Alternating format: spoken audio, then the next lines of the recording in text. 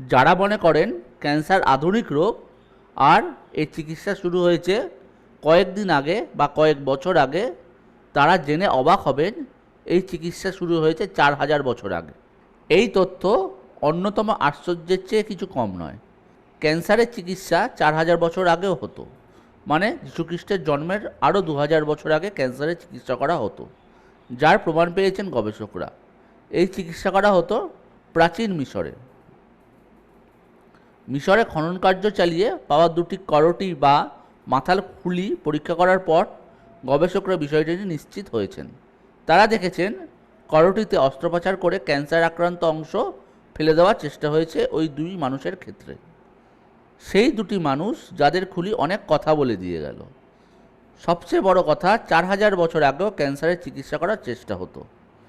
অনেকের ধারণা ক্যান্সার হালফিলের রোগ, যার একটা পর্যায় পর্যন্ত চিকিৎসা এখন সম্ভব।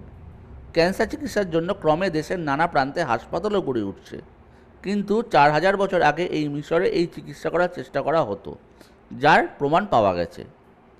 খুলিতে যে কাটা দাগ রয়েছে তা থেকেই গবেষকরা বিষয়টি নিয়ে নিশ্চিত হয়েছে। তাদের চোখে এই আবিষ্কার মৌলিক এবং অসাধারণ।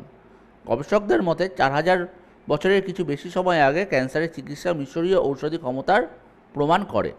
গবেষকরা এটা জানিয়েছেন যে তারা যখন প্রথমবার খুলি দুটিকে কাটার দাগ দেখতে পান, তারা বুঝতে পারেননি কত বড় বিস্ময় তাদের জন্য অপেক্ষা করছে। পরীক্ষার পর তারা জানতে পারেন ওটা করা হয়েছিল ক্যান্সারের চিকিৎসার জন্য।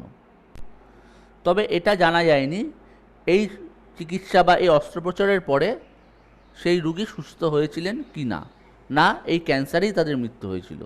সেটি জানার জন্য আরও কিছু পরীক্ষা নিরীক্ষা করার প্রয়োজন।